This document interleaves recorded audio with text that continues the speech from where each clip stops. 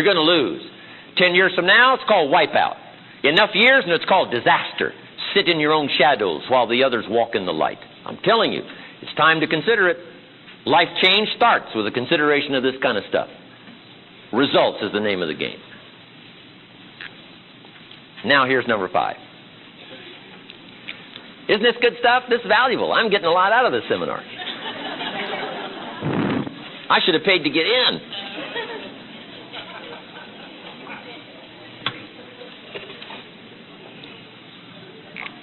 Here's number 5. After results, the 5th piece of the 5 major pieces is called lifestyle. Lifestyle now is the ultimate challenge of life. And here's the clue to lifestyle. Take your results and, jot this word down, fashion. Fashion for yourself a good life. Fashion, like weaving a tapestry. A good life must be woven with care. It doesn't just happen by accident. Mr. Schultz gave me 2 phrases that helped change my whole life. Let me give you those 2 phrases. This is worth more than the price of the seminar, what I'm about to share with you now in the next couple of minutes. Here was the first phrase. Schultz said, Mr. Rohn, if you wish to be wealthy, study wealth. Just jot that down. If you wish to be wealthy, study wealth. When he said that, I said to myself, my gosh, I don't know anybody that studies wealth. Where am I going to learn it? He said, never mind. Now that you've gone to work for me, get this little book, Richest Man in Babylon. He said, I will teach you how to become wealthy. I got the book, he taught me. By the time I'm 31, I'm a millionaire. I'm telling you, I recommend it. If you wish to be wealthy, study wealth.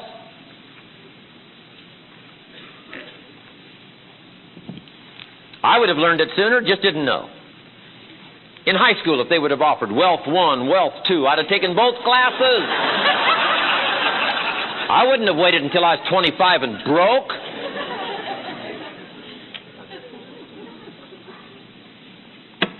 Here was the next phrase. Schultz said, Mr. Rohn, if you wish to be happy, study happiness. What a revelation that was. I didn't know happiness was a study. My best hope for happiness at age 25 was to just go through the day with my fingers crossed, hoping some would make me a little happier. Not it. Happiness is not by accident. Happiness is on purpose. Happiness is not by chance. Happiness is by choice. Happiness is a study. Happiness is a practice. Happiness is not an account. It's not a bank account. Happiness is an art. And anybody that wants to can study the art of weaving their own happiness like weaving a tapestry. If you're interested. But isn't it sad to have the results and not the happiness? The answer is yes. Don't we all pity the father who's got the money but not the joy? Yes. A father who wads up a $20 bill, throws it at his son, and says, here, if you need the darn stuff that bad, just take it and get out of my face. How sad, a father with money and no joy. He studied economics, but he never studied joy. How to get joy from your substance. The man taught me well. Show. Happiness is an art, just like culture, just like sophistication. It's not out of the reach of anybody. Poor people, people of modest means can become cultured and sophisticated. Because it's not an amount. It's not an account. Rich doesn't do it for you. It's a study. I know a guy that's rich. He's a clod. The guy eats with his elbow in his soup. I mean, he's just a clod. Nothing much more pitiful than a rich clod. How sad. But how much is a book on sophistication in the marketplace? $40,000. No, $40. Everything's within everybody's reach in America. And in the library, it doesn't cost $40. It's free for the asking if you bypass happy hour and head for the library. If you want your life changed.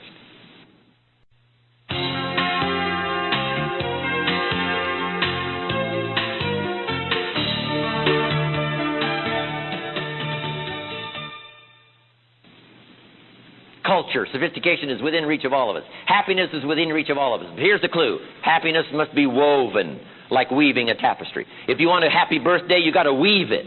A happy birthday is not just accidental, it's woven with care. A good evening is woven with care.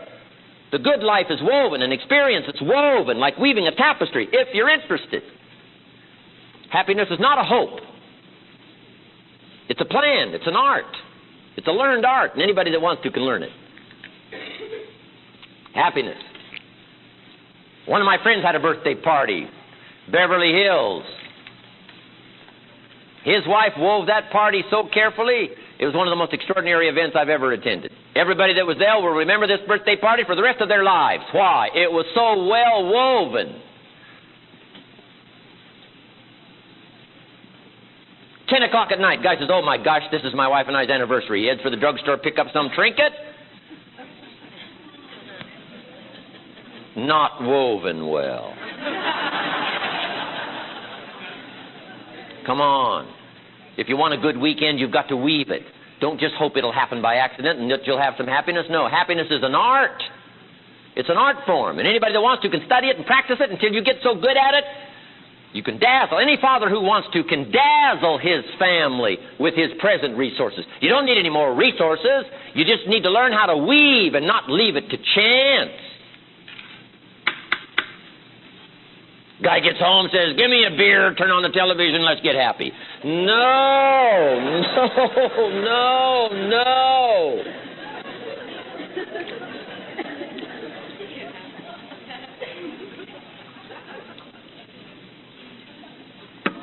Weave it carefully with your own hands. Put your own heart and soul into it.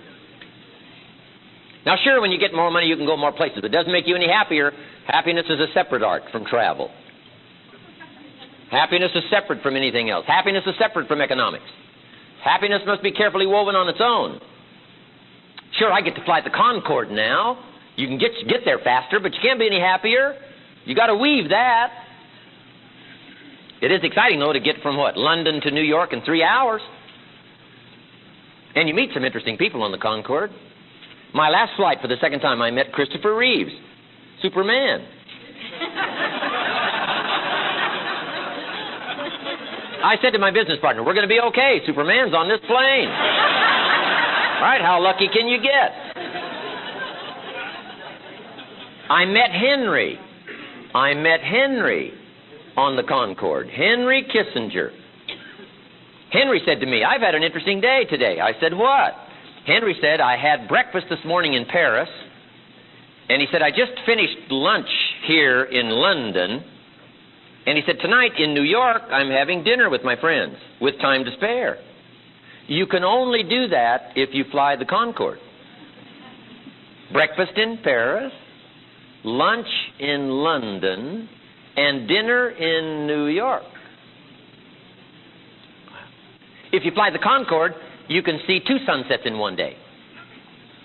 If you're in London and watch the sun go down, when you get to New York, you get to watch it go down again. 2 sunsets one day. But hey, until you can get to 2 sunsets, what are you doing about one?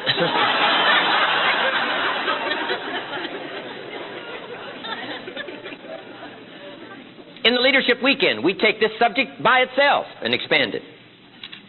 Here's a clue, how to be happy with what you've got while you pursue what you want. You don't have to postpone your happiness because all that has to be done is woven with care. Don't miss the play we teach in the weekend. Don't miss the experience. Don't miss the extravaganza. Don't miss the book. Don't miss the game.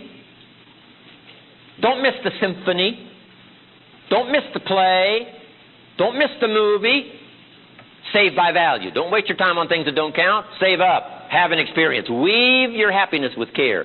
And you can have all the lifestyle you can possibly handle for a lifetime if you will take this as seriously as you take anything else.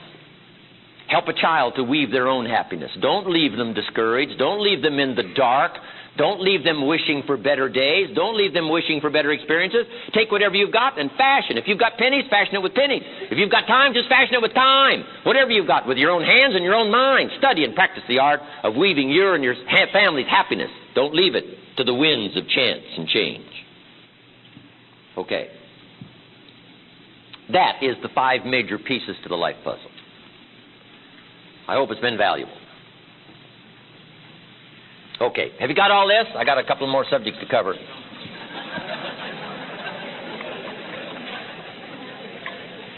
It's too late now.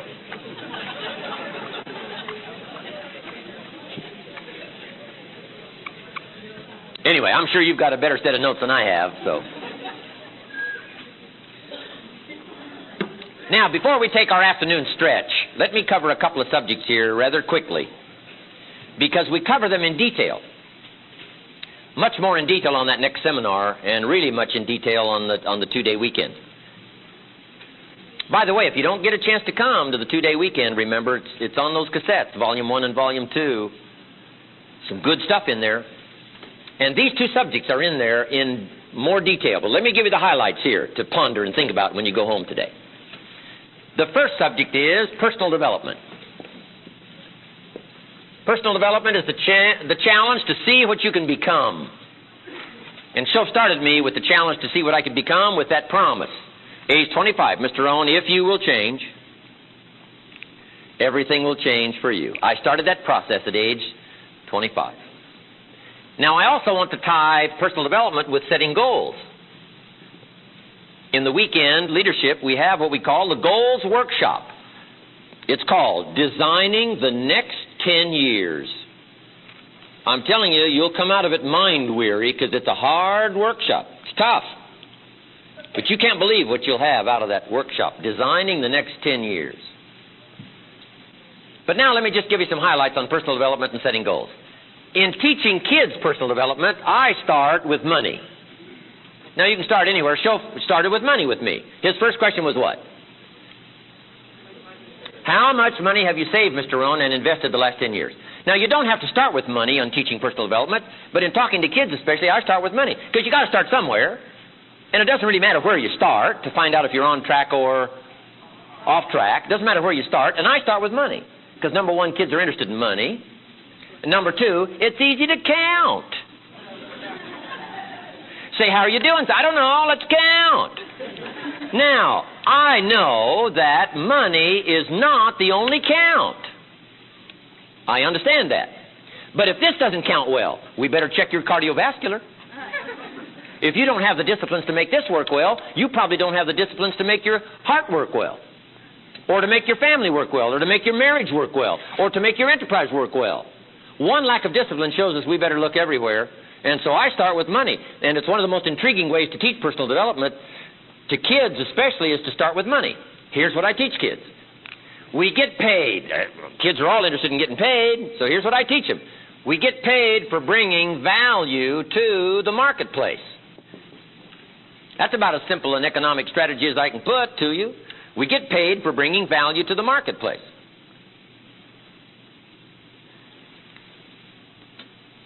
Now, it takes time. That's true. It takes time to bring value to the marketplace, but we don't get paid for time. Just put an X there. It takes time, but we don't get paid for time. Mistakenly, the man says, I'm making about $20 for an hour. Not true. If that was true, you could just stay home, have him send your money. No. We pay you not for the hour. We pay you for what? The value. We pay you for the value you put in an hour. Now, since that's true, here's one of the most important questions of the afternoon. Is it possible to become twice as valuable as you are right now and make twice as much money in the same time? Is that possible? Of course. That's a good way to emphasize something I like. Of course. Right? Title of my new book. Of course. Is it possible to become 3 times as valuable as you are right now and in the marketplace make 3 times as much money in the same time? Of course. Got me a few more converts here. Could you become 10 times more valuable than you are right now to the marketplace and make 10 times as much money in the same time? Of course. If you're interested. Now, I'm telling you, a lot of people aren't interested.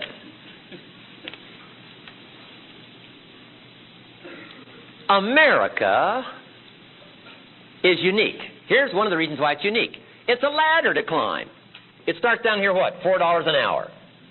And then it's a ladder. Just keeps going up here like this. Top of the ladder last year. Top income last year, $80 million. The guy that runs Coca-Cola.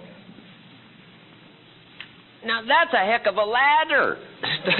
Start down here, up to $80 million. No wonder everybody wants to come here, squeezing through the fence, riding in a rickety boat, doing everything possible to get here. Why? There's never been a ladder like this in the history of the world. Now, here's what else is exciting. There's plenty of room at the top. It's the bottom that's crowded down here.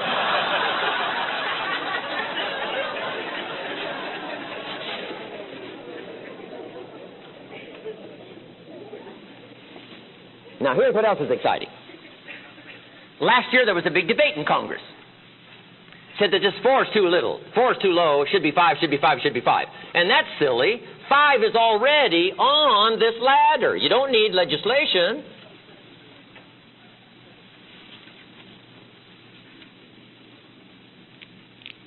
Well, yes, you would. If you're going to stay at the bottom for the rest of your life, it should be 5. But who cares where it starts? As long as it's a what? It's a ladder. It's not a bed. It's not a bed. You don't have to stay here.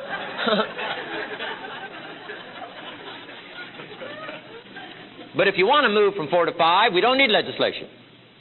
What do you need to do? Climb. And become what? More valuable. Why would the marketplace only pay somebody $4 an hour? Answer. To the marketplace, they're not very valuable. Now, to the marketplace, might be a valuable brother? Yes. Valuable member of the family? Of course. Valuable citizen in the country? Yes. Valuable in the sight of God? Yes. We're all created of equal value in the sight of God. But to the marketplace, if you're not very valuable, you don't get much money.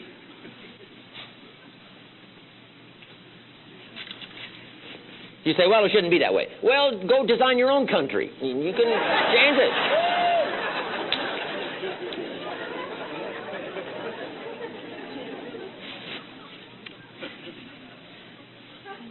Here's all you got to do to get more money in the marketplace. Answer what? Become more valuable. Why would the marketplace pay somebody $400 an hour? Evidently, that's a good word, evidently they must be more valuable. Evidently. Now, why would a company pay somebody $80 million for 1 year's work? This person must be very valuable. Evidently. You say, well, $80 million, would a company pay one person $80 million for 1 year's work? And the answer is yes, if you're valuable. If you helped a company make $1 billion, would they pay you $80 million? I said, yes, of course, it's chicken feed.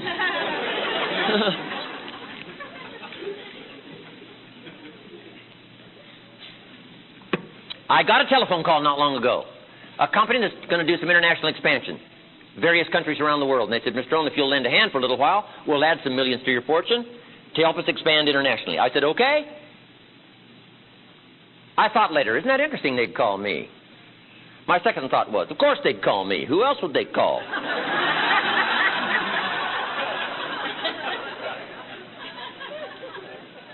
Now, I'm a farm boy from Idaho. I told you my story, raised in obscurity. At age 25, I'm broke.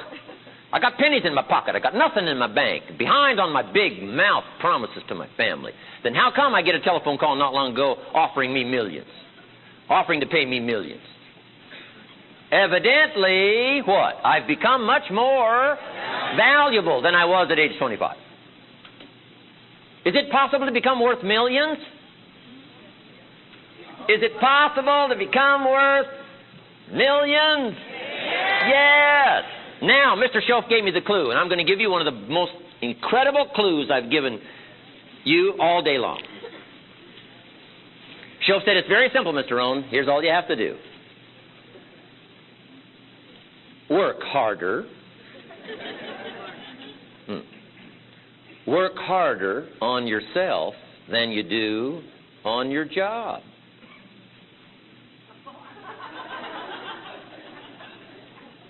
Wow! That